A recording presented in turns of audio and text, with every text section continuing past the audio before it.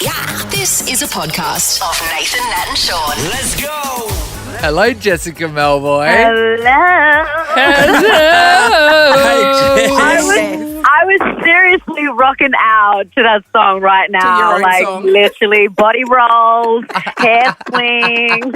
Well, Jess, She took her earrings off. Oh, jeez. She's Well, ready. she was going to take the earrings off, but she thought she would just leave them just for just a little bit more dramaticness. Yeah. Right. Yeah. So in the film clip of Automatic, you were zipping around on some four-wheel drive motorbikes. Yes. Did you actually I get sure to was. unleash a couple of them and burn around the joint? Oh my goodness! Honestly, I did a bit of like driving around, but I didn't do any of the stunts because that's just not my Well, you're precious. profession.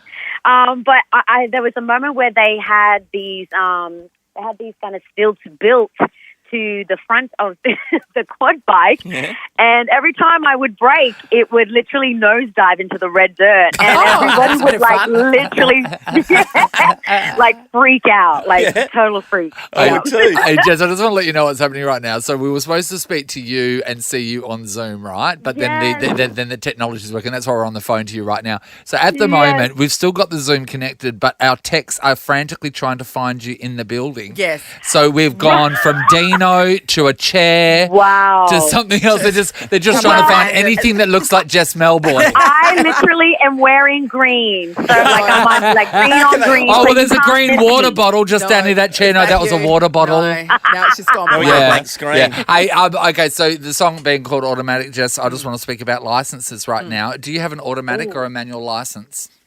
I have both. So Yes. I can do both.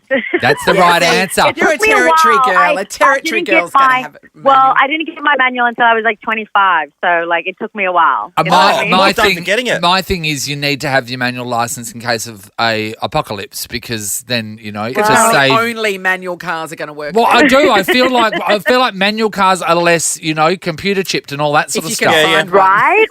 Yes. So it's like exactly robotic. You know what I mean? So Yeah. if anything, you could just literally turn the key and you're on the road. You know what I Dude. mean? Without bunny Absolutely. hopping everywhere. Yeah, you're not going to That's stall it when the zombies are coming. All right. I Well, love Jess, that. we're actually talking about the other day getting your license and stuff like that and how in the country sometimes it's Yes. just a hell of a lot easier. In the NT, Yes. when you were going through this, was it a matter of just doing a bog lap around the street and you've got your license, or did they make it a bit harder? Traffic lights in Oh, a Darwin. couple of them. No, we have no. Yes, exactly. Yes, we've got traffic lights, we've got roundabouts. So I did bragger. the whole thing. They made me do the whole thing, and I don't know if it was because they knew I was who I was. Yeah.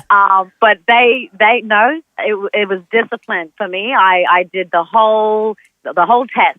And then did you give some advice to Paulini about that? Oh my god! I'm not saying anything.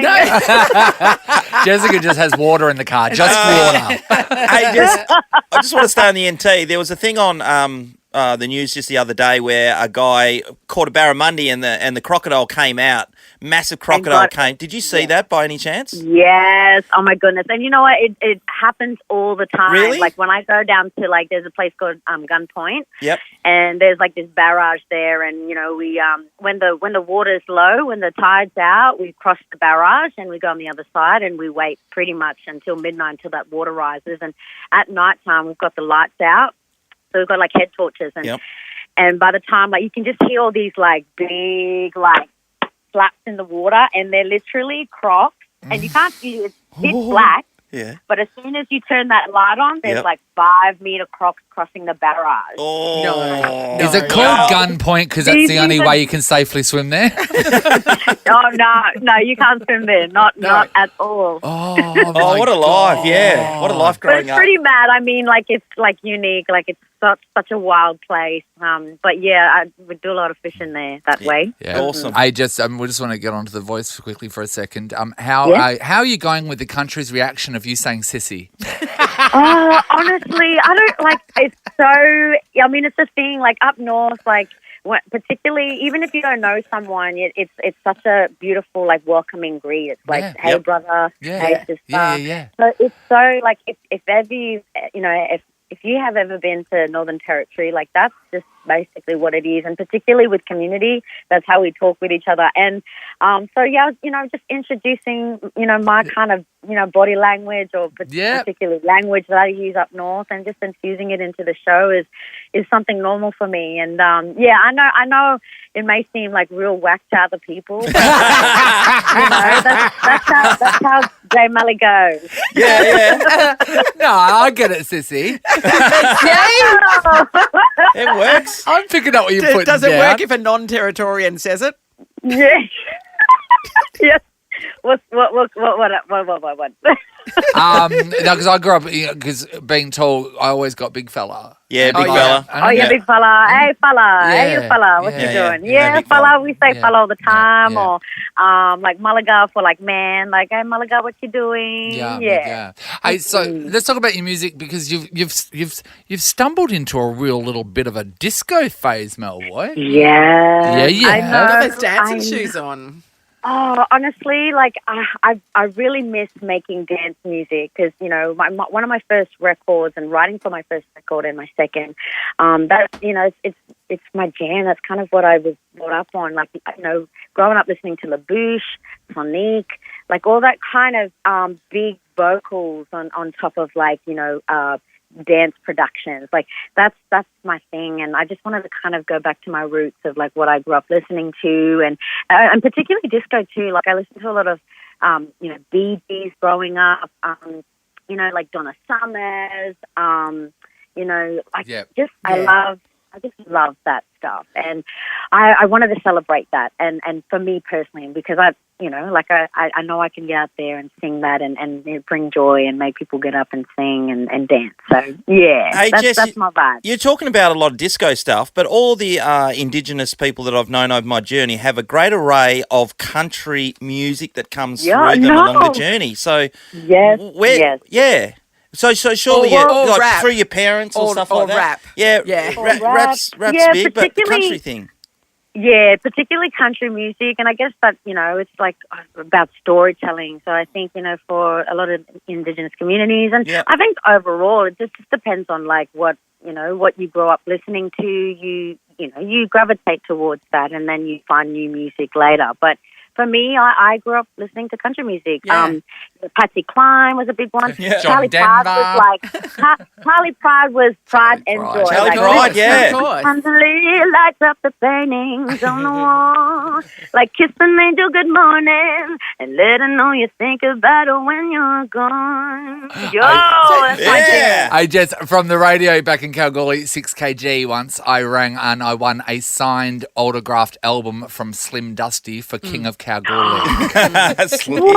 What a time to be alive. Yeah.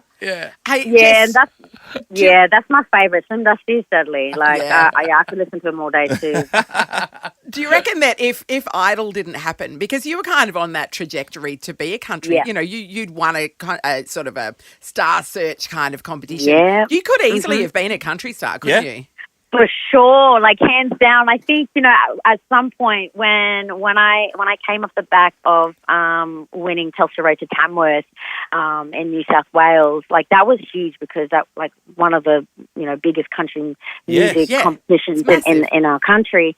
And, you know, part of the prize was to re-record a song and attend the Camerata music school. And I remember not long after that, and because I had already influenced of all kinds of music, I lent more into like a little bit more pop and dance, and I think I disappointed my parents a little bit, just a tiny bit, because they were really like they were hoping that I would, you know, create a country music album. Guitar, and my dad would always say, like, he used to say, like, oh, one day I want you to write a song about a black horse. and I don't know if he intended, like, you know what I mean? Like, I just often wondered, you know, I will ask him the question one day, like, what's that song about? You know, what could that song be about? Yeah. No, but black horse, one day I'll one day I'll write it. I'll write it about a black